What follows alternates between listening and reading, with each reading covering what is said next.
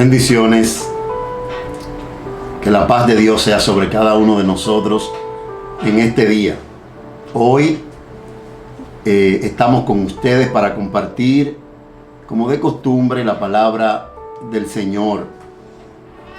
Hemos estado abordando durante estos primeros días o primeros 2 meses del año, enero y febrero, un tema que Dios nos había dado el año pasado, llamado expansión y cambio, que es la palabra que Dios ha soltado para nuestro ministerio en este año 2022. Y hay una palabra en el libro de Isaías, capítulo 54, que quiero compartir algunos principios con ustedes en este día. El profeta dice: regocíjate, oh estéril, la que no daba a luz. Levanta canción y da voces de júbilo, la que nunca estuvo de parto, porque más son los hijos de la desamparada que de los de la casada, ha dicho el Señor. Ensancha el sitio de tu tienda y las cortinas de tus habitaciones sean extendidas. No seas escasa, alarga tus cuerdas y refuerza tus estacas, porque te extenderás a la mano derecha y a la mano izquierda, y tu descendencia heredará naciones y habitará las ciudades asoladas. Nosotros no podemos negar que Isaías capítulo 54 tiene un contexto histórico que marcaba para el pueblo de Israel el fin de su esterilidad, pero también de la opresión y del cautiverio para ser transicionados a la restauración. Pero hay algo importante que el apóstol Pablo nos enseña a la luz del nuevo pacto, y es que todo lo que se enseñó en el Taná para nuestra enseñanza se escribió. Y Cristo dice en el libro de Mateo capítulo 13 verso 51 que todo maestro de la ley religiosa que se convierte en un discípulo del reino de los cielos es como el propietario de una casa que trae de sus depósitos joyas de la verdad, tanto nuevas como también viejas.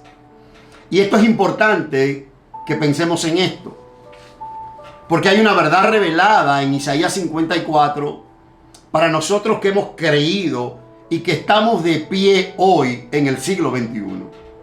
Hay una palabra puntual para la iglesia y para cada uno de sus hijos que puede cambiar su antes y también su después, que puede sacarnos de la esterilidad y conectarnos con la expansión y con el ensanchamiento. Definitivamente que sí.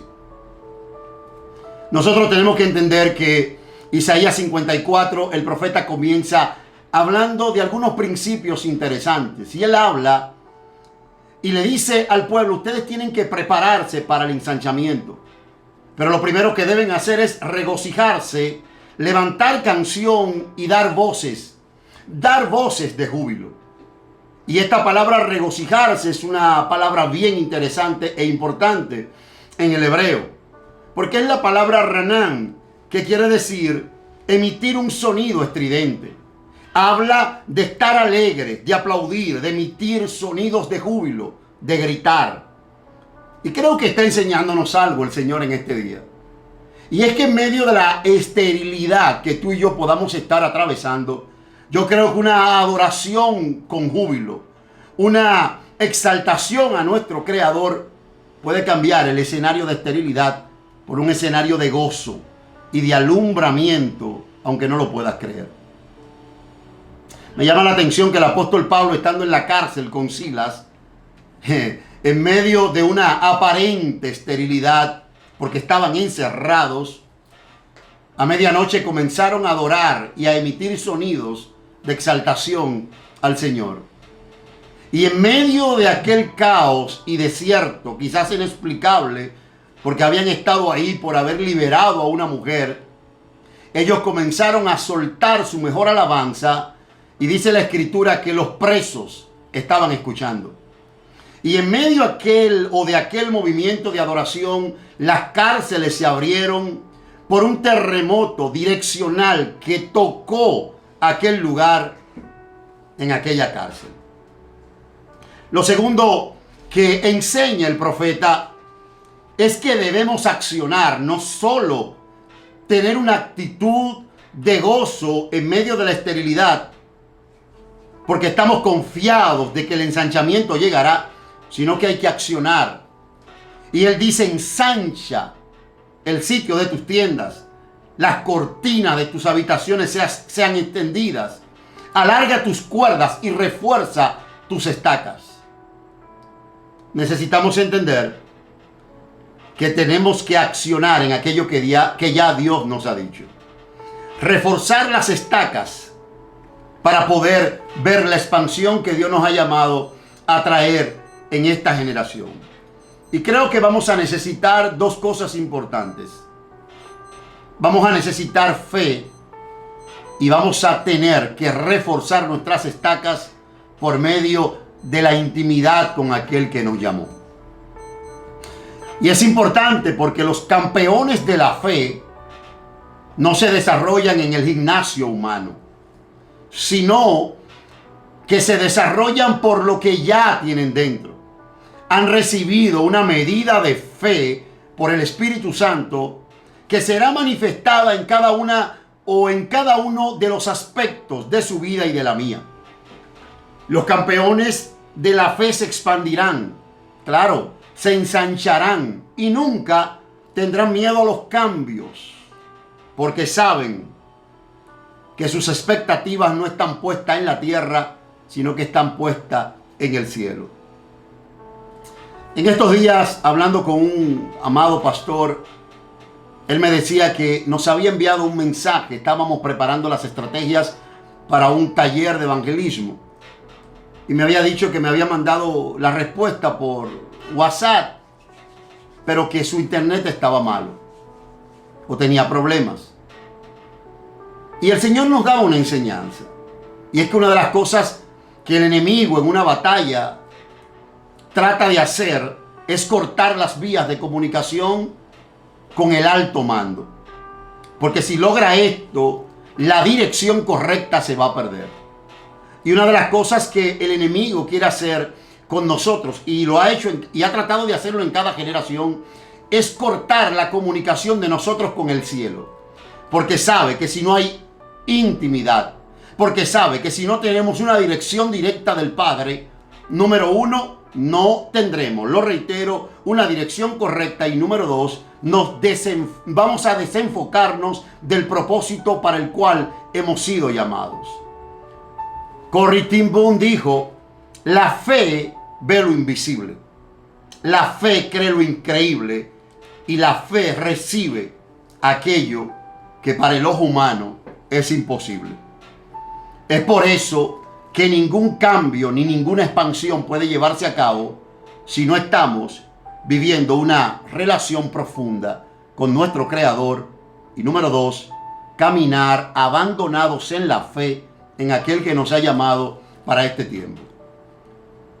El escritor de Hebreos, en el capítulo 11, habla acerca de una palabra que conocemos mucho. Él dice que sin fe es imposible agradar a Dios. Y por supuesto, este capítulo 11, verso 6, tiene un contexto. Y el contexto dice que por la fe, Enoc fue traspuesto para no ver muerte. Y no fue hallado porque Dios lo traspuso. Y antes de ser traspuesto, tuvo testimonio de haber agradado a Dios. Obviamente que por aquella fe que revela el escritor de Hebreos en el verso 6. Me llama la atención porque Génesis capítulo 5 habla de Enoc. Y dice que Enoc caminó con Dios en su generación. La palabra muerte en el capítulo 5 del libro de Génesis, del verso 1 al verso 18, aparece 6 veces. Todo lo que antecedieron a Enoc esperaron que la muerte llegara a ellos. Verso 18 dice la escritura que Enoc nace en la 7ª generación y dice que no vio muerte, sino que caminó con Dios. Y esto es importante porque la palabra caminar en el hebreo es la palabra halat, que quiere decir morirse. En otras palabras, Enoc, que dice la escritura en Génesis 5, tuvo hijos e hijas. Se expandió y se ensanchó en su generación. No esperó que la muerte llegara a él, sino que en su generación él se murió primero. Porque si hay algo que tenemos que entender, es que para poder ser ensanchados necesitamos morir a nuestro esfuerzo común y humano y necesitamos comenzar a depender del Señor en medio de lo que Él nos ha llamado a hacer. Si bien es cierto, el profeta dijo que esto no es con espada ni tampoco tiene que ver con el ejército humano. Depende de aquella confianza que hemos puesto en nuestro Creador. Él quiere usarnos definitivamente, pero quiere guiarnos y manifestarse a través de nosotros en una generación que necesita ver y escuchar del amado. Enoc, interesante lo que pasa y dice la escritura. Fue un profeta para su generación. Judas, verso 14, dice que profetizó. ¿Qué profetizó Enoc en su generación? Enoc profetizó acerca de la segunda venida de Cristo. Dice el escritor de Judas que Enoc profetizó en su generación que había visto al Señor venir con millares de sus santos para establecer orden y justicia. Enoc en su generación decidió creerle a Dios y por eso dice la escritura que le agradó. El apóstol Pablo en el Nuevo Pacto lo dice de esta manera: en cuanto a mí, que nunca me jacte de otra cosa que no sea la cruz de nuestro Señor Jesucristo, muerte. Debido a esa cruz, mi interés por este mundo fue crucificado, muerte. Y el interés del mundo por mí también ha muerto. No importa si fuimos circuncidados o no, lo que importa es que hayamos sido transformados en una nueva creación. De ahora en adelante, que nadie me cause molestia, porque yo llevo en mi cuerpo las cicatrices que muestran que pertenezco al Señor. Mi antiguo yo ha sido crucificado con Cristo y ya no vivo yo. Note, Enoc decidió caminar y dejar que la vida del Padre se manifestara en él, a tal nivel que ya no se sabía si era Enoc o si era Dios que venía. Y Pablo está diciendo en el Nuevo Pacto algo similar. Está diciendo, ya no soy yo que vivo. En pocas palabras, yo tuve que crucificarme con Cristo. Yo tuve que morirme. Y no vivir yo, sino dejar que Cristo viviera en mí. Y lo que ahora vivo en este cuerpo terrenal, confiando, en pocas palabras, en fe, en el Hijo de Dios, quien me amó y se entregó a sí mismo por mí. Los dos, Pablo y Enoc, murieron primero en su generación y esto trajo un ensanchamiento. Ellos pudieron regocijarse, ellos pudieron levantar una voz de alegría, pudieron cantar y pudieron ver el ensanchamiento. Lo pudieron ver porque hoy hemos sido tocados profundamente por el ministerio de un hombre llamado Pablo, pero también por la vida de intimidad de un hombre llamado Enoc. Lo que Dios nos está diciendo en esta hora es algo bien importante. Vamos a expandirnos, pero necesitamos de dejar depender de nuestro brazo fuerte y comenzar a entender que todo lo que va a pasar en nuestra generación será producto de haber confiado plenamente en aquel que un día te llamó. Obviamente, el Señor te ha llamado y quiere trabajar o quiere vivir en ti para cumplir un propósito, no solo en ti, sino en otros. Ayudar a otros a través de ti. Pero tenemos que entender que esto no va a depender de yo creer que soy mi propia fuente. Nuestra fuente de poder es Él. Hay algo bien interesante porque entre Pablo y Enoc hay una gran diosidencia, si pudiéramos decir. Los dos decidieron morir en su generación. Y Dios obviamente nos llama a hacer lo mismo. Morir al yo, al ego, al esfuerzo humano sin sentido, al querer cambiar a los demás con nuestras propias fuerzas y comenzar a dejar que Cristo viva y se manifieste en nosotros. Los dos fueron profetas. Judas, verso 14, dice que Enoc profetizó y obviamente Pablo fue un profeta en el nuevo pacto altamente puntual. Y Dios llama a la iglesia a levantarse en esta generación como la voz profética del Padre. No para adivinar ni para buscarle esposa a los que están solteros en la iglesia, deje que ellos la busquen ellos, sino para ser como Juan cuando Cristo se manifestó en el Jordán. El manto profético de Juan y la labor de Juan era preparar el camino al Mesías. Juan no hizo un solo milagro, ni tampoco soltó una sola profecía bajo el cliché de así dice el Señor. No. El trabajo de Juan en el nuevo pacto fue conectar a aquellos que estaban yendo a ser bautizados en Enón o en el Jordán, conectarlo con el Cordero de Dios que quita el pecado del mundo. Dios nos está llamando al ensanchamiento y a ser la boca profética de Él en esta generación. Sin embargo, el trabajo de los profetas en esta generación es conectar a esta generación con el corazón del Padre y revelar al Mesías como el amado. Los dos vivieron en una íntima comunión con Dios. Todo lo que sale de la iglesia necesita salir producto de una dirección directa de aquel que nos llamó. Y esto no tiene que ver con un misticismo. Esto no tiene que ver con andar con un sentido de caminar en el aire. Esto tiene que ver con vivir una vida correcta delante de Dios y pedir su dirección en cada ámbito de las cosas que vayamos a hacer. Pablo lo revela en Gálatas capítulo 5. Aquellos que han nacido de Dios son guiados por su Espíritu. Los dos estuvieron dispuestos a creerle al Señor en su generación. Y creo que es lo mismo que Dios nos está pidiendo. Que estemos dispuestos a creerle. Los retos llegarán.